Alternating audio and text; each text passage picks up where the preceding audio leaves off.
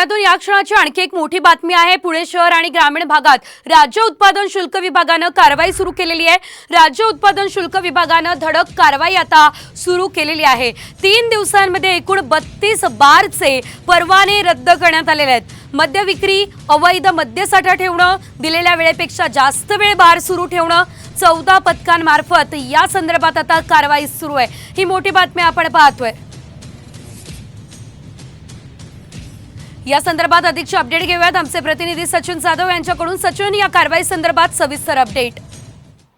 आपण पाहतोय की पुण्यातील हिट अँड रन प्रकरणानंतर राज्य उत्पादन शुल्क हे ऍक्शन मोडवर आलेलं आहे आणि त्यांनी गेल्या 3 दिवसांमध्ये जवळपास 32 बार आणि पबचे परवाने जे आहेत ते रद्द केलेले आहेत। त्याला खरं तर वेगवेगळी कारणं आहेत। त्यामध्ये आपण पाहतोय की पुण्यातील जे हिट अँड रन प्रकरण झालं, कल्याणी नगर परिसरामध्ये पब आणि बार होते, त्या ठिकाणच्या वेळेवरून खूप मोठा गदारोळ झाला होता। सामाजिक संघटना आणि राजकीय पक्षांनी त्या ठिकाणी असणाऱ्या ज्या पब आणि बारच्या वेळा आहेत त्या खूप जास्त वेळ ते चालू राहतात, त्या संदर्भात ही सगळी कारवाई करत आज राज्य उत्पादन शुल्क विभागाने गेले 3 दिवसांमध्ये या सगळ्या पब आणि बारच्या संदर्भात वेगवेगळी माहिती घेत काही ठिकाणी मद्य विक्री अवैध प्रमाणे विकली जात होती किंवा काही ठिकाणी मद्याचा साठा खूप मोठ्या प्रमाणात होता, तर काही ठिकाणी जास्त वेळ हे पब आणि बार सुरू होते आणि त्या संदर्भात त्यांनी ऍक्शन करत जवळपास 32 अगदीच धन्यवाद सचिन दिलेल्या सर्व अपडेट्ससाठी।